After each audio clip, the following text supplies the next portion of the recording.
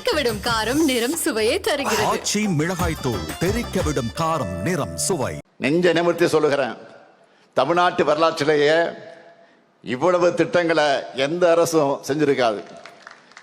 எப்படிப்பட்ட நெருக்கடியான சூழ்நிலையில இந்த திட்டங்களை எல்லாம் நான் எப்படி செயல்படுத்துகிறோம்னு உங்களுக்கு எல்லாம் தெரியும். பல்வேறு நிதி நெருக்கடிக்கு மத்தியில் நமக்கு இடையூறாக இருக்கக்கூடிய ஒன்றிய அரசையும் சமாளிச்சு இவ்வளவு சாதனைகளை செஞ்சிருக்கிறோம், தொடர்ந்து செய்யத்தான் போகிறோம். இதெல்லாம் பார்த்து தாங்கிக்க முடியாத எதிர்கட்சி தலைவர் பழனிசாமி அவர்கள் இப்ப என்ன செய்கிறார்? தமிழ்நாட்டை மீட்போம், தமிழகத்தை மீட்போம் என்று ஒரு பயணத்தை தொடங்கி இருக்கிறார். ஏன்னா தமிழ்நாடுன்னு சொல்லக்கூடாதுன்னு சொல்லுகிற கூட்டத்துக்கிட்ட இப்ப அதிமுகவை சேர்த்துட்டாரு. அதிமுகவை மீட்க முடியாத இவர் தமிழகத்தை மீட்க போகிறாராம். திருவாளர் பழனிசாமி அவர்களே, உங்க கிட்ட இருந்து தமிழ்நாடு ஏற்கனவே மீட்கப்பட்டு விட்டது. கூவத்தூர்ல ஏலம் எடுத்து கரப்ஷன் கலெக்ஷன் கமிஷன் தமிழ்நாட்டையே பார்க்காத அவலமான ஆட்சியை நடத்தினீங்க. கொஞ்சம் நெஞ்சமல்ல, செஞ்ச குற்றங்கள்ல இருந்து காப்பாத்திக்க பாஜக கிட்ட ஒட்டுமொத்தமாக தமிழ்நாட்டையும் தமிழர்களையும் அங்கே கொண்டு போய் அவர்களுடைய உரிமைகளை அடகு வச்சிங்க. நீங்க செஞ்ச கேடுகள் ஒன்றா ரெண்டா? அதையெல்லாம் சரி செஞ்சு இன்று இந்தியாவிலேயே தமிழ்நாட்டுடைய வளர்ச்சி தான் நம்பர் 1, 9.69 விழுக்காடு. இதை நான் சொல்லல, இதை ஒன்றிய அரசால சொல்லி இருக்கிறாங்க. ஒன்றிய அரசால அதை மறுக்க முடியல. தலைநிமிர்ந்த தமிழ்நாட்டை இன்னைக்கு வளர்த்தெடுத்திருக்கிறோம். வெளிமாநில மக்கள் எல்லாம் தமிழ்நாட்டை பற்றி பெருமையோடு பேசுறாங்க. இதெல்லாம் உங்களுக்கு எங்க தெரிய போகுது? பழனிசாமி அவர்களே, உங்களுக்கு தெரிந்ததெல்லாம் துரோகம் செய்யறது மட்டும்தான். உங்களை கொண்டு வந்தவருக்கு துரோகம் செஞ்சு வெளியில் அனுப்புனீங்க. உங்களை நம்பி கொடுக்கப்பட்ட கட்சிக்கும் அந்த தொண்டர்களுக்கும் துரோகம் செஞ்சு கூட்டணி வச்சிங்க. ஆட்சியில் இருந்தப்போ தமிழ்நாட்டை உரிமைகள் அடகு வச்சு தமிழ்நாட்டு மக்கள் மொத்த பேருக்கும் துரோகம் செஞ்சீங்க.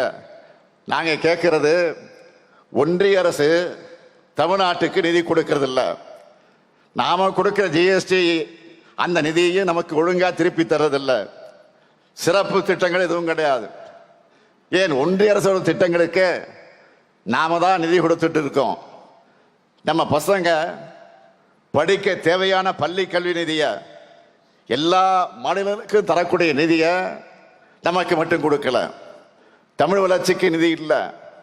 தமிழுடைய பெருமையை வெளிவரக்கூடாதுன்னு கீழடி ஆய்வறிக்கையை வெளியிட மறுக்கிறாங்க.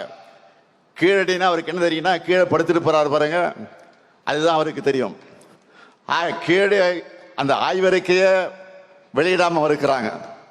அது மட்டுமா, தொகுதி மறுவர அந்த பிரச்சனை, இப்ப வாக்காளர் பட்டியல குளறுபடி ஆகி இருக்கக்கூடிய பிரச்சனை, இப்படி தமிழ்நாட்டோட எல்லா உரிமைகளையும் பறிச்சவங்க கூட கூட்டணி வச்சுக்கிட்டு எப்படி உங்களால கூச்சமே இல்லாம பயணம் பண்ண முடியுது?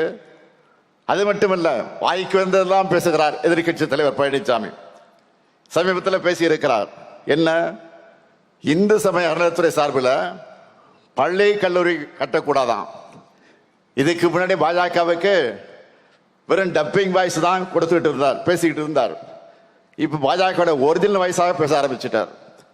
அறநிலையத்துறை சட்டத்திலேயே கல்லூரி தொடங்க சட்டம் இருக்கு. இது கூட தெரியாம நீங்க எப்படித்தான் முதலமைச்சராக இருந்தீர்களோ எனக்கு புரியல. மறைந்த பெரிய பக்தவச்சலம் காலம் தொடங்கி ஏன் மக்கள் தலைவர் எம்ஜிஆர் அவர்களே முதலமைச்சராக இருந்தபோது பழனி ஆண்டவர் தொழில்நுட்ப கல்லூரியை திறந்திருக்கிறார். அந்த கல்லூரிக்கு கூடுதல் கட்டடத்தை போன முறை நீங்கள் திறந்து வச்சீங்க. அப்ப ஏதாவது மயக்கத்தில் போய் திறந்து வச்சுட்டு வந்தீங்களா? இப்போ நாங்க கல்லூரி தொடங்கினா தப்பா? பாஜக தலைவர்களே இந்த மாதிரி கல்லூரி தொடங்க கூடாதுன்னு பேசுறது இல்லை. ஆனா பழனிசாமி மட்டும் பேசுறாரு. இதை பார்த்தா ஒண்ணுதான் எனக்கு நினைவுக்கு வருது. ஒரு திரைப்படத்தில், வடிவேலு படத்துல தான் ஒரு காமெடி ஒன்று வரும். என்னன்னா, கொடுத்த காசுக்கு மேல என்னமா கூவுறான்னு, அந்த மாதிரி பாஜக காரங்களே பேசிட்டு இருக்காங்க. இந்து சமய அறநிலையத்துறையை பொறுத்த வரைக்கும் தமிழ்நாடு வரலாற்றில் இல்லாத அளவுக்கு திராவிட மாணவர் செய்திருக்கக்கூடிய சாதனையோட லிஸ்ட் பெருசா இருக்கு. நான் பழனிசாமியை நேரடியாக கேட்கிறேன், ஏன் படிப்புனா உங்களுக்கு அவ்வளவு கசக்குது? கல்விக்காக உண்மையிலே குரல் எழுப்புகிற மாதிரி இருந்தா கும்பகோணத்தில் நம்முடைய முத்தமிழர் தலைவர் கலைஞருடைய பெயரால பல்கலைக்கழகம் அமைக்க போறோம்னு சட்டமன்றத்தில் சட்டமே ஏற்றி அனுப்பி வச்சோம். 2 மாசம் ஆயிருக்கு. அதுக்கு ஆளுநர் இதுவரையில் அனுமதி தராமல் இருக்கிறார். நான் கேட்டேன், இதை விட ஆளுநருக்கு என்ன வேலை? இதுக்காக குரல் எழுப்ப எதிர்க்கட்சி தலைவருக்கு நெஞ்சுரம் இருக்கா? நீங்க ஒன்றிய அரசு கிட்ட கேட்டாலும் கேட்காவிட்டாலும் நாங்க உறுதியோடு சொல்லுகிறேன், சட்ட ரீதியாக எதிர்கொண்டு கலைஞர் பல்கலைக்கழகத்தை நிச்சயமாக உறுதியாக அமைப்போம். மாண்புமிகு எதிர்க்கட்சி தலைவர் பழனிசாமி அவர்களே, மக்களுக்கு எதிரான கருத்துக்களை பேசிக்கிட்டு தமிழ்நாட்டுக்கும் தமிழ்நாட்டு மக்களுக்கும் துரோகங்களை செஞ்சுக்கிட்டு மக்களை எப்படி ஏமாற்றி விடலாம் என்ற நப்பாசையோடு நீங்கள் என்ன பயணம் செஞ்சாலும் மக்கள் ஒருவதும் உங்களை ஏற்றுக்க மாட்டாங்க. ஏன்னா அதுதான் உங்க ட்ராக் ரெக்கார்டு, துரோகங்கள் தான் உங்க ஹிஸ்டரி.